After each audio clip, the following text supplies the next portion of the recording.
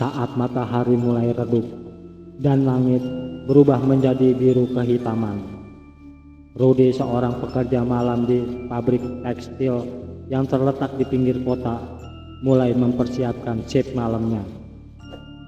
Suasana pabrik yang biasanya riuh dengan suara mesin ini terasa sepi dan sunyi, hanya dipecahkan oleh deru mesin yang terus beroperasi. Lampu neon yang menggantung di langit-langit ruangan berkedip-kedip menambah kesan menakutkan di malam yang kelam ini.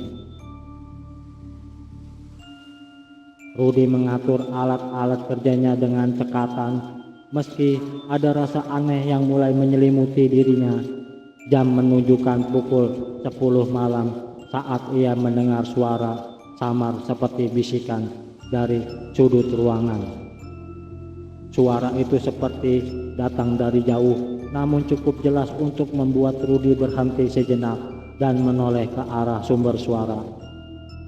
Tidak ada apa-apa di sana, hanya tumpukan kain dan mesin yang bergerak dengan monoton. Keringat mulai mengalir di dahi Rudy saat ia kembali melanjutkan pekerjaannya. Suara bisikan itu semakin jelas, seolah-olah ada yang mencoba berbicara padanya dari dalam kegelapan.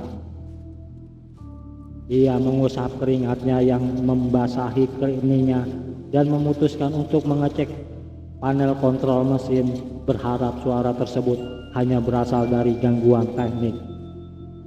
Namun, ketika ia membuka panel kontrol, semuanya tampak normal. Saat Rudy kembali ke tempat pekerjaannya, ia merasa ada sesuatu aneh dengan suhu ruangan, seolah-olah udara sekelilingnya menjadi semakin dingin dan membeku. Ia menggosokkan tangannya untuk menghangatkan dirinya, namun rasa dingin itu semakin mengintensif. Ketika Rudy memeriksa jam tangannya, waktu sudah menunjukkan pukul jam 2 pagi dan suasana pabrik terasa semakin mencekam. Tiba-tiba lampu neon yang berkedip-kedip mulai berkedip lebih cepat, seolah-olah ada sesuatu yang berusaha mengirimkan sinyal. Rudy menatap lampu dengan penuh rasa takut ketika dia melihat bayangan samar bergerak di dinding. Bayangan itu berbentuk manusia, namun saat kabur dan bergerak dengan gerakan yang tidak wajar. Rudy memutuskan untuk mendekat, berharap bahwa apa yang dilihatnya hanyalah efek dari kelelahan. Ketika ia mendekati bayangan tersebut, suasana pabrik semakin gelap dan dingin. Suara bisikan yang semakin keras menyelimutinya, membisikkan kata-kata yang tidak bisa ia mengerti. Rudy merasa kepalanya berdenyut-denyut dan tiba-tiba mesin-mesin di sekelilingnya berhenti berfungsi, meninggalkan pabrik dalam keheningan yang mencekam. Rudy mulai merasakan kehadiran yang sangat menekan. Ia melihat bayangan manusia itu semakin jelas, kali ini dengan wajah yang sangat menakutkan. Penuh dengan luka dan darah, dalam ketakutannya Rudy berusaha mundur, tetapi kakinya seolah tertanam di lantai. Bayangan itu semakin mendekat dan bisikan yang sebelumnya samar kini berubah menjadi teriakan-teriakan penuh kemarahan.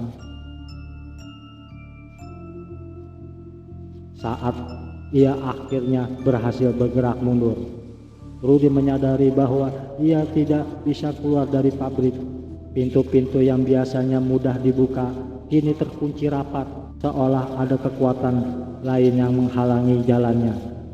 Ia mencoba mencari jalan keluar melalui jendela, tetapi jendela-jendela itu tertutup rapat dengan kunci yang seolah baru dipasang.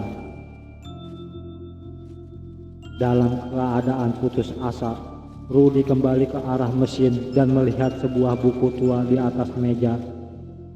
Buku itu tampak sangat kuno dan kotor. Dengan halaman-halaman yang hampir hancur, ia membuka buku tersebut dan membaca isi halaman-halaman yang penuh dengan simbol-simbol aneh dan tulisannya tidak dapat dipahami. Tiba-tiba lampu pabrik nyala kembali dan semua suara bisikan dan teriakan berhenti seketika. Ketika matahari mulai terbit, Rudy akhirnya bisa keluar dari pabrik, tetapi ia merasa tubuhnya sangat lelah dan mentalnya terguncang. Sejak malam itu, ia tidak pernah kembali lagi ke pabrik tersebut.